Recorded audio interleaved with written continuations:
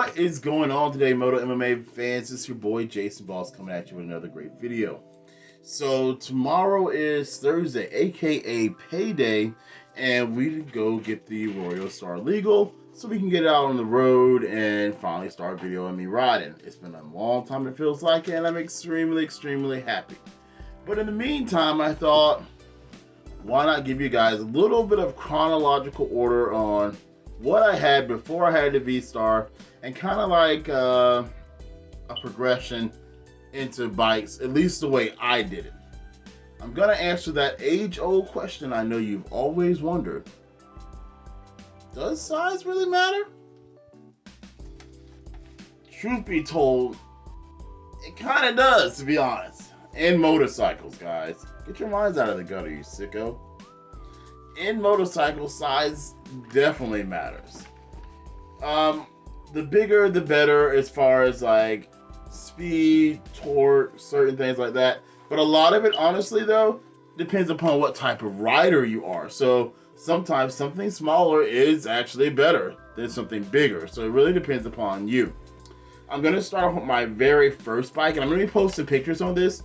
When I say first bikes, guys, I actually had a couple of bikes before these, but this is like when I really got consistent into trying to ride. So I would say within the last 2 years, these are like my consistent bikes. Because the first one is kind of a little older than the second one. But the number one, my first bike, I would say for me that really got me consistently riding was a 2016 Tao 150cc. I hope I said that right. It's either Tao or Teo.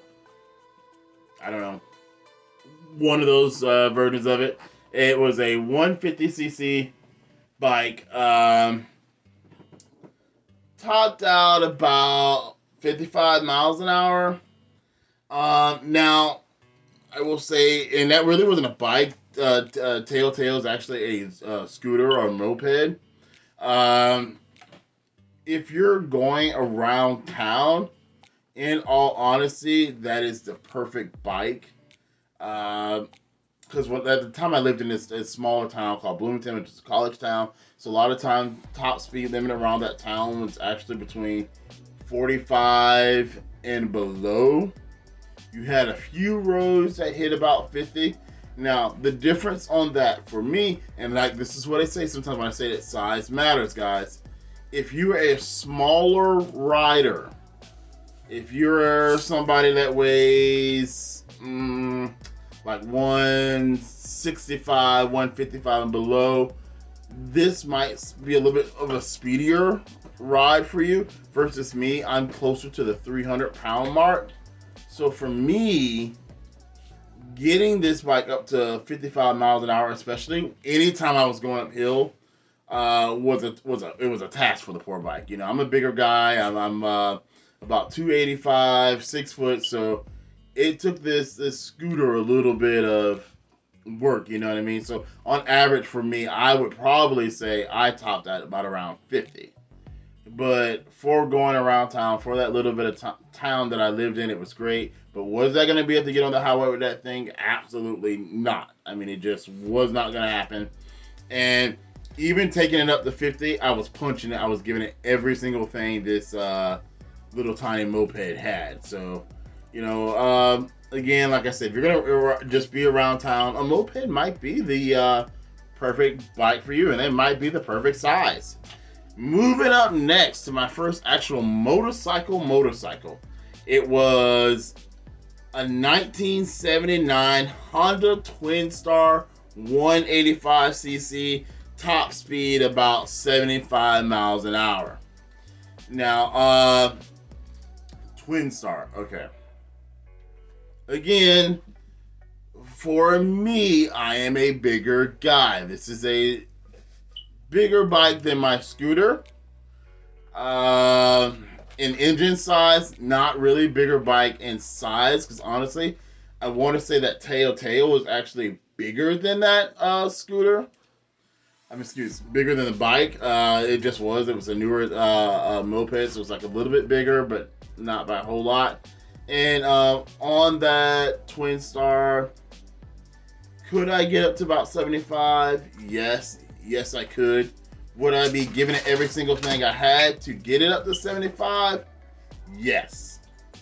And that's the difference. I mean, you've got something that can go highway speed, but you want to be able to go highway speed comfortably. You don't want to actually be pushing your bike to its absolute limit. So if I was to get on the highway, I mean, I would have to be getting on and getting right off, and I would be pushing it to make it up to 75 miles an hour. If it's a slower highway that's like 60 and below, I probably could have got on that highway and did just fine. Would I have like maybe like hit it hard up to speed quite quickly? No, because see, that's a difference too when I say like size matter. The bigger these engines, usually the more horsepower they're putting out. So you're getting up to speed quicker, you know what I mean? This 185cc could have got me up to 75 miles an hour. Yes. Did it? Yes. Did it take it a little bit of time again because I'm a bigger guy? Yes. But for someone, like I say, we're talking a Francisco Rossi size dude, you know, smaller guy or whatever, they may could have gotten up to speed a little bit faster than me. But at the same time, it wouldn't have been per se highway safe for a long period of time, because if you're pushing your bike to its absolute limit for long periods of time, you may not have a bike very much longer. So then I moved up to my Yamaha V-Star 650. That is where you guys started seeing me do the YouTube channels. That bike was actually, I'm looking at my notes so you see me look down. That bike was actually a 2003.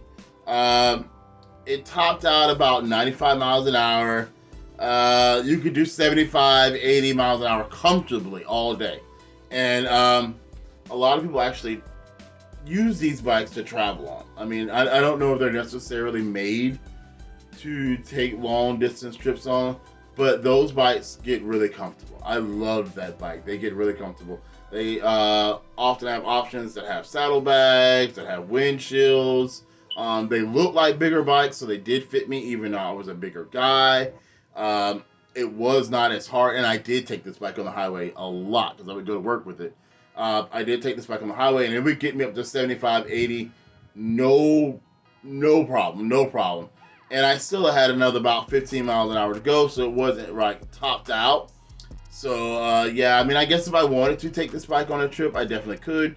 Even though I think over a long haul period, if this was like a lifestyle for me to travel long distance, I think that would have put a lot of wear and tear eventually on the bike. So honestly, a 650cc motorcycle, 650 to about 800cc motorcycles, honestly, all you really need. I would say for the average everyday commuting, average everyday usage of the highway, it's really all you need, you know what I mean? But I'm American, guys. And being an American, you know bigger is always better. So up to now, the current bike, the Yamaha Venture Royal Star, that is the longest name, and I have to think about it every single time I say it for a motorcycle, period. It's like way too long. This bike, top speed is about 120. It can get moving me 100 miles an hour will be no problem for this bike, even though I'm a big guy, especially not for a little guy. I mean, this thing is made for me and the wife, you know, throw her on the back, and I'm still hitting 100 miles an hour. It has a lot of horsepower, a lot of torque. It's just a strong bike, and 100 miles an hour, and I'm able to go anywhere. I'm able to travel the country on this thing. It's made for that. It is a touring bike, you know what I mean? So ultimately, that's what made me really want this bike, because I feel like at some point or another, I'm hoping to get better and better at riding as I keep going on. I want to take a trip, you know, on a longer trip on a bike, and I want to get used to like traveling around, going different places on the bike. I don't plan on limiting myself on my motorcycle riding experience. I want to be able to ride from here to New York if I want to, here back to Indiana if I want to. So that's really what made me go up to it. And plus, like I said, hey guys, I'm American, you know what I mean? It just is what it is. I'm gonna want the bigger, better bike. It's just how we do. Am I gonna get another bike anytime soon? No. No, that is not the plan. I think I found my per se. I don't want to say forever bike because there's no such thing as a forever bike. You'll always want another bike. But I think I found my forever for now bike. You know what I mean? If I ever move up to getting another bike, like I said, it would only be because I've got the money or the credit and all this kind of stuff. I don't even know. I don't want to say credit because it's not like I got bad credit or nothing. It's just I don't want to finance if I can help it. You know what I mean? If I don't have to go into financing, I don't want to. So I would say for me, it would end up being the money more so than just the credit because unless you have like excellent credit, sometimes interest rates on motorcycles and like that can be pretty high. And I don't know. I just don't want to finance. But if I end up getting another bike, it would be V-Rod. I mean V-Rod. V-Star. That is it. That's the dream bike. But then, even then, if I had the V-Star, guys, I still would want to keep my bike because the V-Star would be my, go out and just like shred up the road and have fun, long distance, but not traveling long distance. Not my commuter bike. I would still use the Royal Star for that, like my commuter bike, my everyday bike, my long distance bike. The V-Star would be like just the at toy, this point, I don't even deserve the V-Rod. Yeah, I mean, I definitely think I found a bike that I would be 110% happy with. So, I hope I've answered a lot of your questions, guys, when it comes to does size matter with motorcycles? The answer is absolutely yes. From getting from that 0 to 100 mark, it's going to take something a little bit bigger, a little bit better, and how quickly you get there depends upon the size of the motorcycle. But if you're just going to be an in-town rider, and you know basically around there you don't have any highway dreams, you could get a moped. You could get an older bike like I did with a smaller displacement, a 185cc motorcycle that got me around just good. If you're going to get on the highway, but you're not going to take too many trips, but you know you're going to get on the highway pretty regularly because you like to speed a little bit, you like to get out there and just tear it up a little bit, you can get you the 650cc to 800cc motorcycle and you will be just fine. Only time you really need the bigger cc motorcycle is if you're taking those long distance trips. Now this does not include sports bikes. Sports bikes is totally different. I'm not a sports bike rider, so I don't really know per se. I know a 600cc motorcycle is used for the tracks, so I'm taking even a 600cc sports bike must be very quick. So if you're into maybe like speeding, you know, like giving it hell a little bit more, a sports bike may be for you. Or maybe you just like to look. You don't have to necessarily be into speeding. You just like to look. It might be for you.